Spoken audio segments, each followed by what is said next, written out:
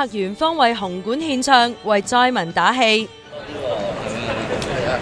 經歷日本地震嘅何潤東，尋日返到香港啦。因為我跟 AK 正在做採訪嘛，然後當時一震的時候，我們就全部我們在地下室，然後就覺得說其實地下室不是那麼安全，我們就跑到街道上，然後那個時候就是會有閃過那個921大地震那個時候的那個畫面，那時候就感覺到蠻恐怖的。要押後喺日本嘅音樂會，咁損失幾多啊？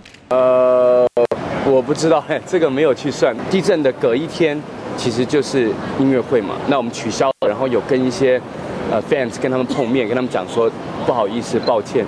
那如果他們真的有什麼受傷或者怎麼樣的話，我可能會真的難過一輩子。那我覺得錢是小事，我覺得大家平安最重要。以80年代紅透日本嘅45歲柏原芳惠，都會強忍國傷，照原定計劃應周慧敏邀請，今日嚟香港啊！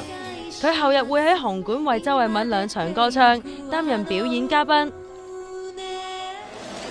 另一邊廂，日本前國腳中田英壽對於家鄉山梨縣被地震波及，都喺微博度話好擔心啊！我馬上打俾我阿媽，佢話冇事，但係我依然好驚啊！